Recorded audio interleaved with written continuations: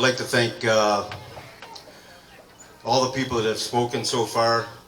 I'd like to make a comment before I get too far into my speech, but Alan Hoover, you did a fantastic job. Here's a guy with honor and integrity. He's a military person, and I'm proud to call him one of my brothers. It takes a lot of character to do what you did today. You and Christina Light coming out and supporting the winner, Paul Young. We're all behind you. We all have endorsed you. And that's what good Republicans are supposed to do. And I appreciate it, Alan. Thank you. This race, and I've talked several times to the 2A group, and I feel right at home talking to this group. We're a lot alike. We have the correct mindset. We know what's at risk here, and the 2A is right at the core, right at the footsteps of our freedoms. When Mark, Rick, and Rob came to me and asked me to, as a county commissioner, when they asked me to do the 2A resolution, I was honored. I was given that task by our chair, and Wes Nakagiri's around here somewhere. Wes, there's Wes. Wes and I kind of led the charge for the 2A, and it took us about 6 weeks. At that time, I wanted to be number 1, but we were number 17 on board. So it took a lot of talking, a lot of negotiation. Sheriff Murphy has already been here and gone, but he was part of that as well. He had some input into the 2A resolution, so I want to thank Sheriff Murphy for his support. But we finally got it passed, and it was an 8-0 vote. Wes, you want to tell them what you said, Wes, when you voted? It was hell yes. Yeah. So Wes, I told Wes after the meeting, I wish I'd have thought of that before he did, but that was a perfect response. But it's so important that your leaders, the people that you elect, are on the same page with our constitutional rights. Because if you're not, if you don't check and see who you're voting for, just because they're a Republican, it was mentioned earlier, doesn't mean that they always support the 2A. We had a prosecutor, and I said this before, that was elected 24 years. Yeah, Dave Morris was a Democrat, but he ran as a Republican. So we had him for 24 years, and you ask yourself, why? How does that happen in a Republican county? I've been asking that question for quite a while, but as soon as the Second Amendment, the concealed permits, came into play in 2001, he pulled his representative off that committee. And he doesn't believe anybody should have guns, but he took the oath of office. And I've talked many times about the oath of office. Military people take the oath of office to support the Constitution of the United States, the Constitution of Michigan. As sheriff, I took that oath, and it means something to us. It means something to the military. It means something to law enforcement, and it means something to the 2A people, all the like-minded people that are here. We support the Constitution. That's why we're here. And we can't give up. We can't give up.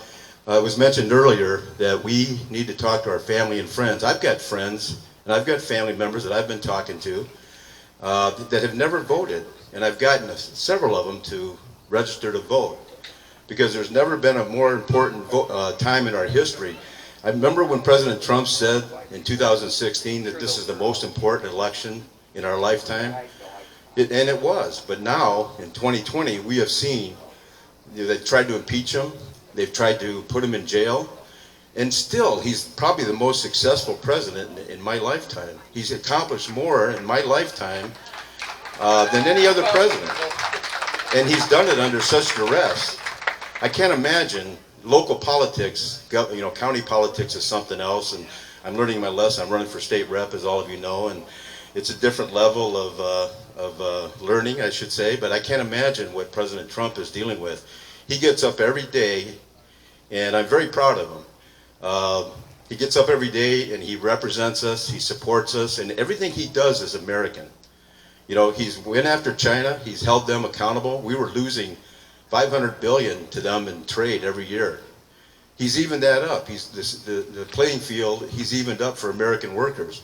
And I can't tell you, I'm still kind of mind-boggled that, like the UAW and some of the unions, there's a lot of hidden votes there for Trump, but they still come out and they support Biden. I just don't get that. Dinesh D'Souza, he's in town But he said last year at the Right to Life, he said, we have to start playing like the Democrats because we've been losing ground for quite a long time, and we have been. We just ignored them, the politically correct issues. We've been ignoring that for how many years? They're nuts, they'll go away. And well, they've been gaining ground on us, and we've lost so much ground, it's going to be difficult to take that back. This election is very, very important, and we must continue. If you've seen the debates, Biden got, I think, 11 Pinocchios. And then Kamala Harris got 15 Pinocchios.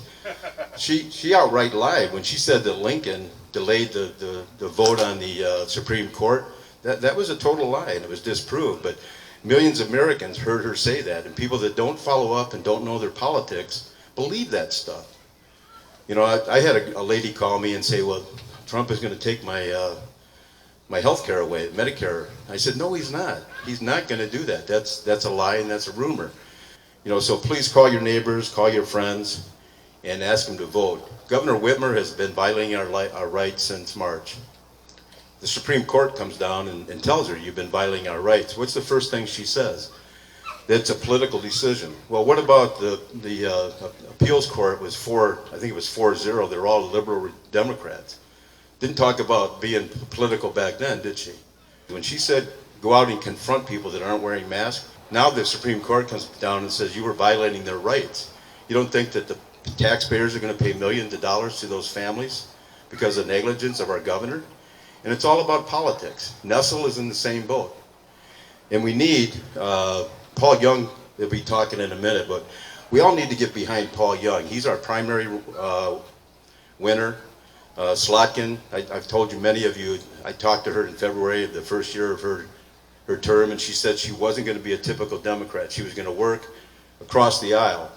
A month later, I seen her on TV voting and supporting impeachment against President Trump. So she's a turncoat. She lies just to get the votes. We've got to stand up and call this out. And those questions should be asked. If you see the presidential debate, you've seen the vice president debate, was there any tough questions asked about stuff going on?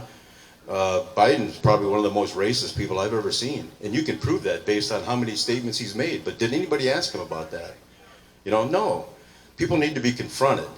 We also need people like Sean Hannity and Laura Ingraham to be the moderators, because we end up with, in these debates, the people that are asking the questions are leaning left, and they're not going to ask the tough questions.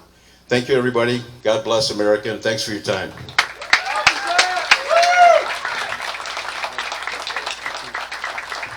Thanks, Bob, and we're looking forward to having you represent us, or at least I am in the 47th District, so I am definitely looking forward to it.